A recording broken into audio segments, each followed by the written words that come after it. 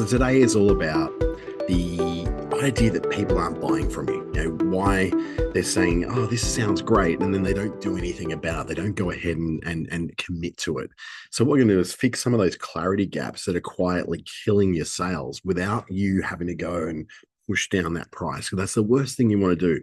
Because your price is there for a reason, and we don't want to touch that. We don't want to play to the bottom. We don't want to, basically race to the bottom when it comes to price, only to find we've made ourselves be out of business. So, how do we do that? Well, I want you to first think about the responses that people will give you. And they're not really about price. They're saying, well, it sounds great when you produce some kind of proposal for them or a quote, or they might, oh, I might need to think about it first, or I'll get back to you, or I just need to run it past the missus. This isn't necessarily a price thing, but we do know that those pauses, those need to think about it first, those I'll get back to you, and things like cool and sounds great usually means it's going to be a no. Now, there's just not going to be a lot of coming back from that. We know it's going to be a no. And what it does is it leaves us feeling confused. But what happens is people are not committing because they're confused.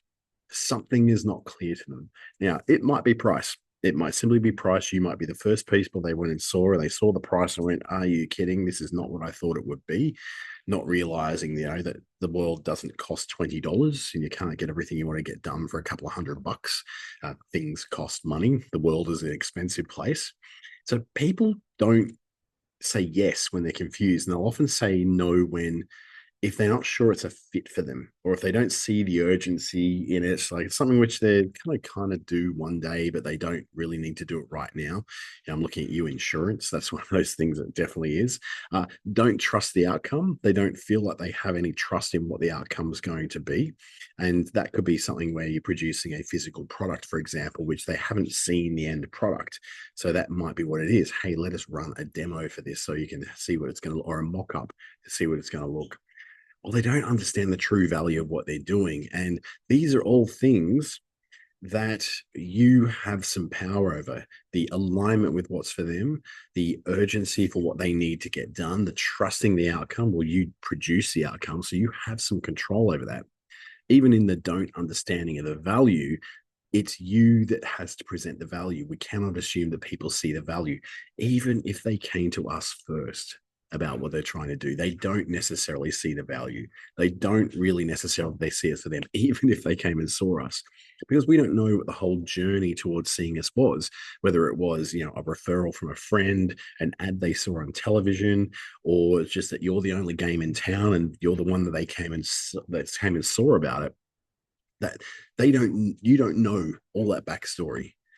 Your job is to help them feel like this decision is obvious. The obvious decision is to go ahead and do this because it is for them. There is an urgency for them to get this done. They can trust the outcome because now seeing where it's going to be, or they've seen other work you've done, and they do understand what the true value is. And true value is a bit of a hard one because everybody sees value as a very different thing. They might see it as an example, it's value for money, which we say basically, I got a great deal, I got this awesome expensive thing for not much money. But value goes beyond that. We're getting away from price and into how good does this thing match what their expectations are of transformation in the end. And we will come to that as well and explain that more. Now, most of you have known in marketing, in various forms of marketing, that if you're talking to everyone, you're talking to no one. And that's because we're speaking in vagaries. People who have on their websites, we help businesses grow. Well, what do you do? Oh, you're a web designer. Okay, well, just say you're a web designer. We offer quality services. Well, if you didn't, I probably wouldn't even deal with you at all. Perfect for anyone who wants better results. That's, again, so vague. What helps to get the kind of customers in who don't need that much hand holding to see what the value is more specific language. Like, we help first-time cafe owners increase weekday foot traffic. That is super, super, super specific. And that's one I stole from, excuse me, a guy who has run cafes in the past and now runs software and services and consultancy to help cafes get going and succeed. And it was really, really clear. Like, we help first-time cafe owners increase weekday foot traffic. There is an outcome there, increased weekday foot traffic. Who is it for? First-time cafe owners, not for established chains, first-time cafe owners. So that's the difference between the vague and the specific. It's a very, very clear outcome and a very, very clear person that's for the alignment and the outcome. So you can trust the outcome and the alignment's there. Now, that's just in one sentence, they've been able to clarify that rather than saying, we help cafes grow. Well, that's fine. Grow what? Grow pumpkins. It leaves too much for people to figure out for themselves. And they're not going to read deeply in your website unless they're really, really super, super dedicated. So let's get clear on, who this is for, who benefits the most from what you do, who gets the results the fastest, or whatever it is. People who are already looking, who is actively seeking this type of solution. So look at what you do, all the things that you do, the outcomes you deliver, who benefits the most from it. That's the kind of person you're talking about. Are they people who are already looking? They're a really good person to get because, well, they're probably, looking around a bit. They're all looking, they're already shopping around, right? And then you study your competitors to see what they do, how they position themselves, what their testimonials look like, what their content is.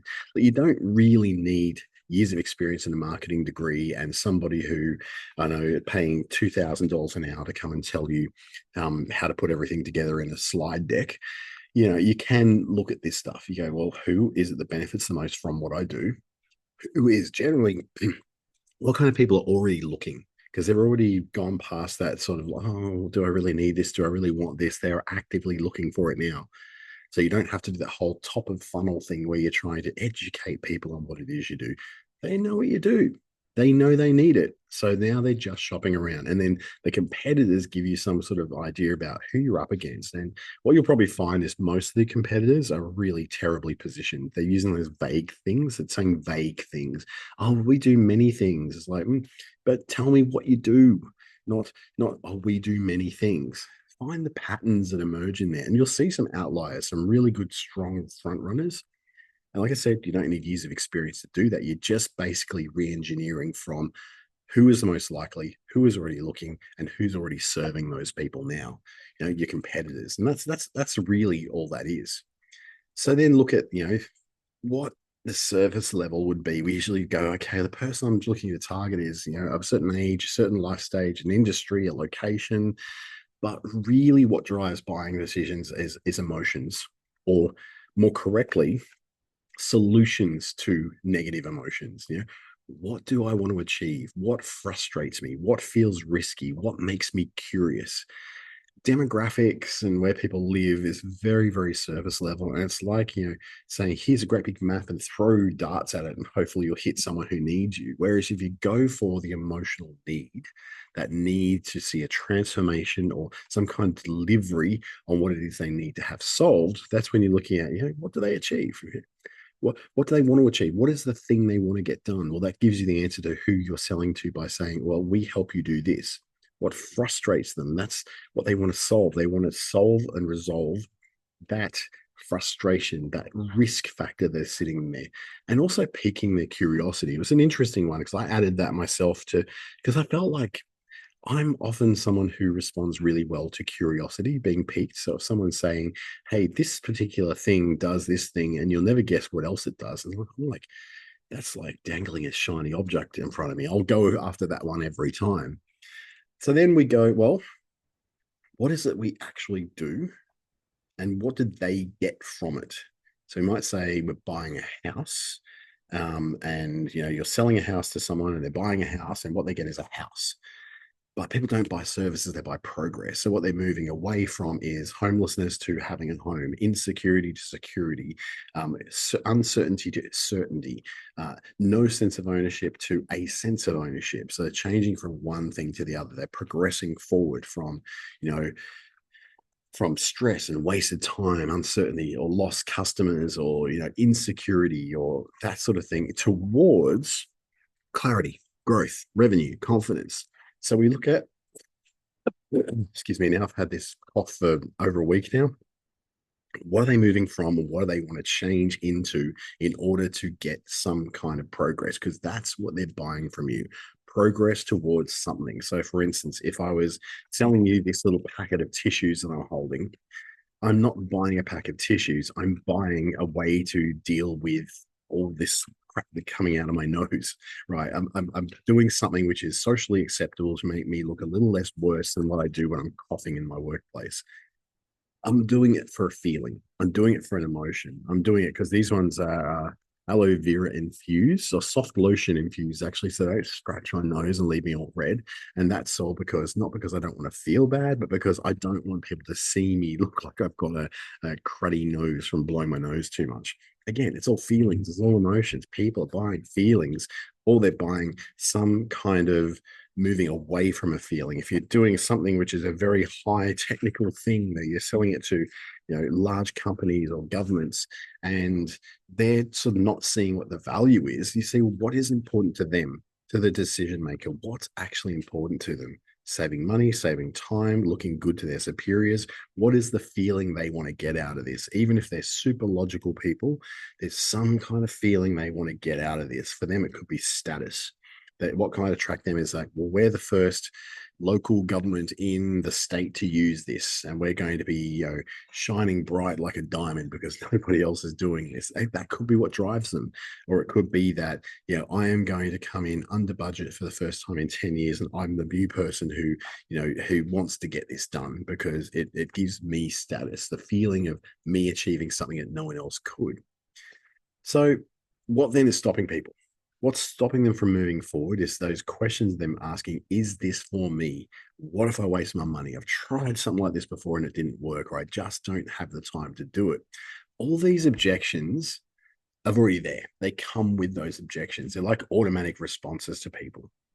So you can actually address them really early before you even start having a conversation with someone. They're called frequently asked questions on a website, or they could be, social media posts that actually specifically say this. What if I waste my money? It can be a subject of a social post, a blog. It could be a subject of a podcast. Any of those things. You answer the questions that people are already asking.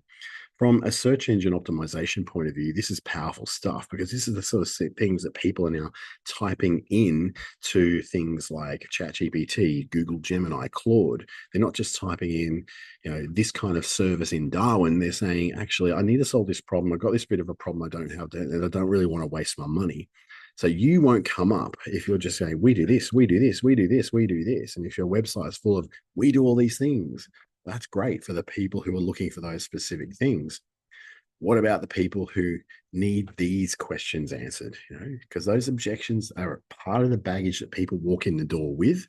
The earlier you address them, the faster that resistance drops before the conversation begins. And a lot of people go, "Oh, but I don't really want to put that down on my website because it makes people feel like it'll make people feel like we're not sure of ourselves."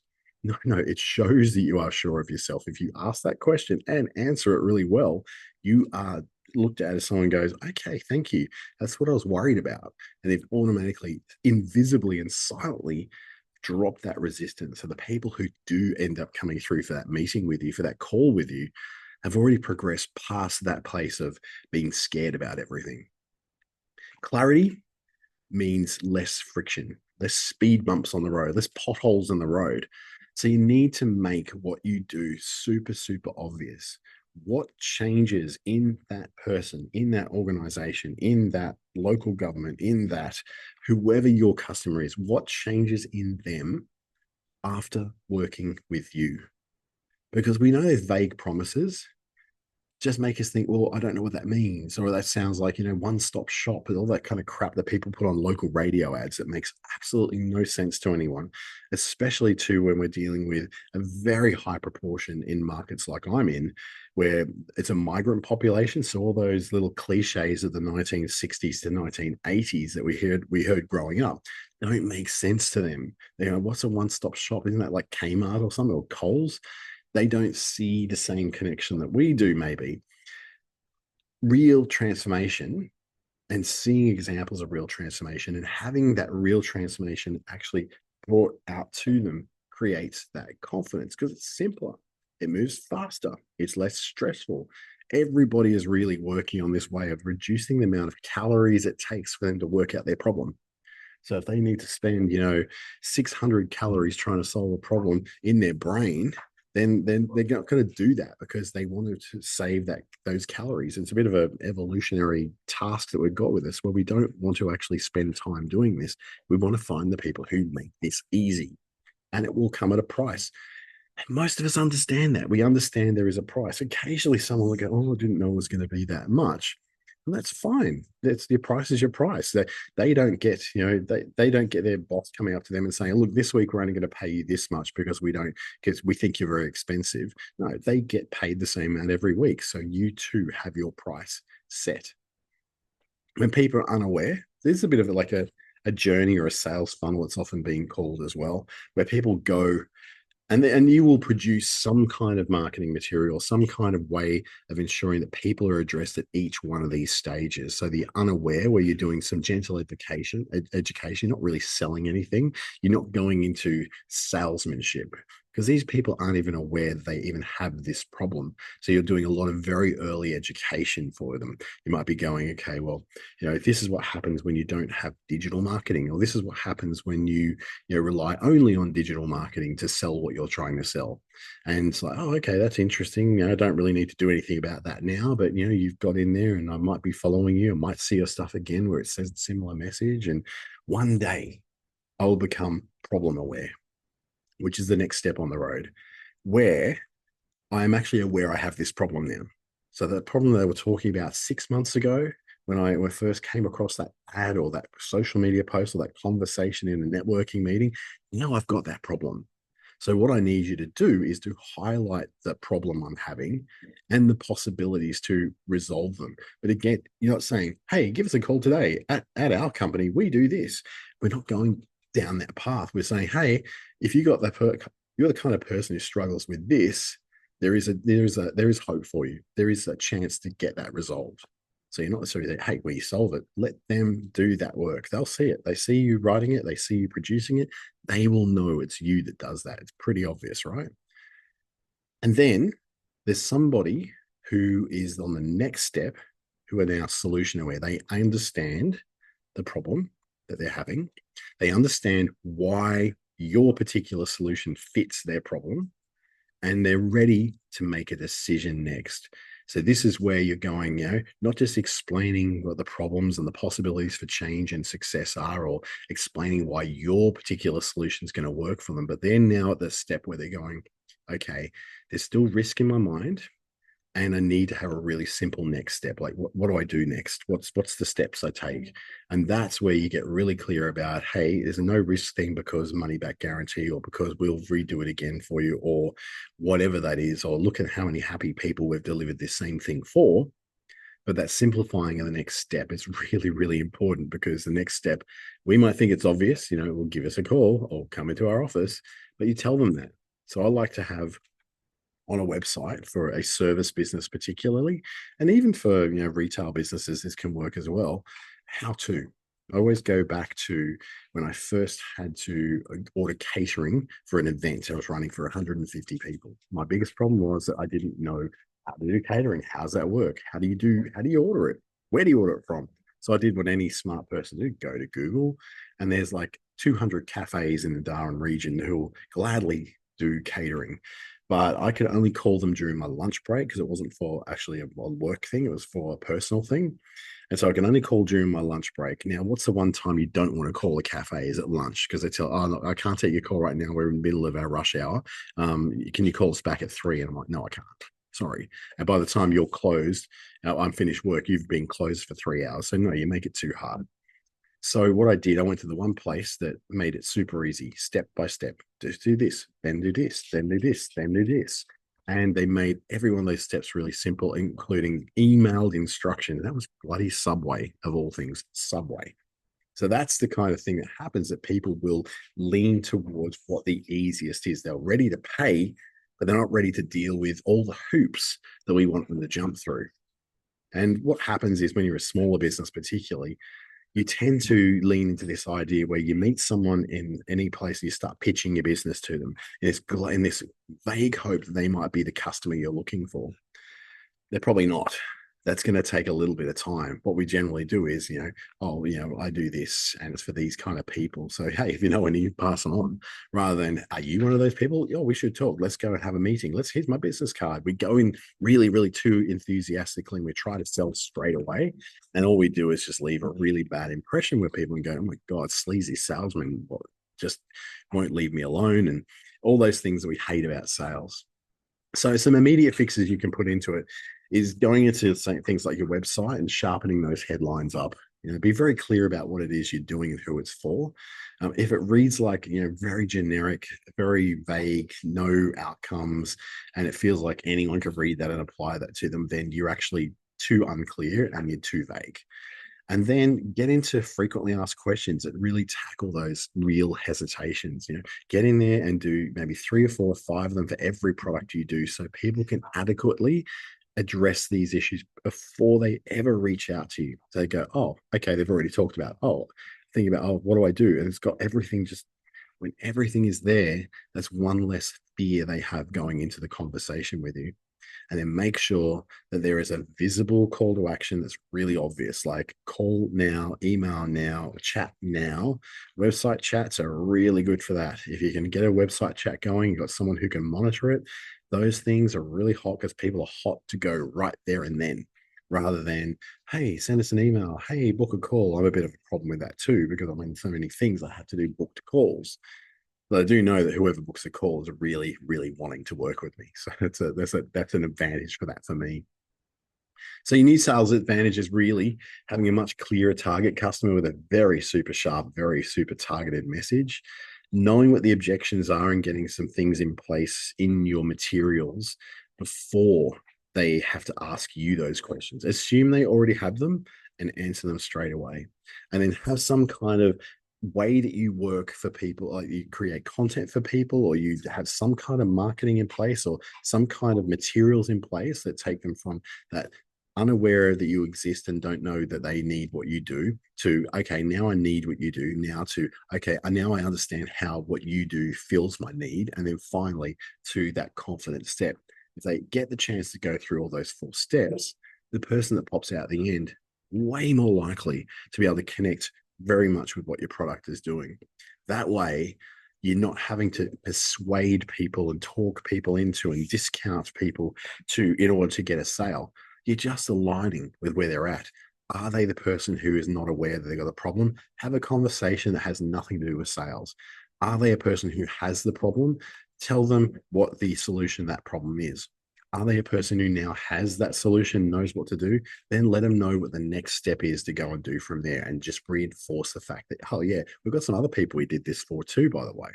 And that makes that whole selling thing so much easier to do, because you've got just simply aligning with the questions they're already asking. So silence is feedback. If people hesitate, don't lower the price. And that's the first thing we want to do, want to discount.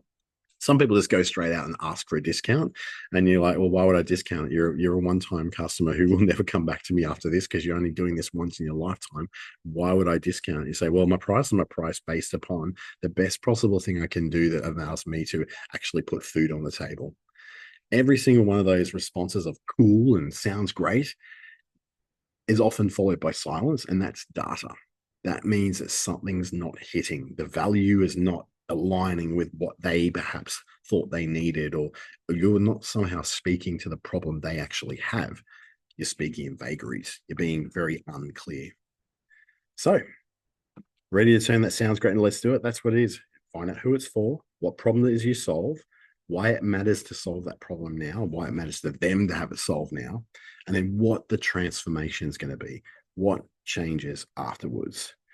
You start with that clarity, the sales naturally begin to land in your lap because nobody else is speaking with that level of clarity.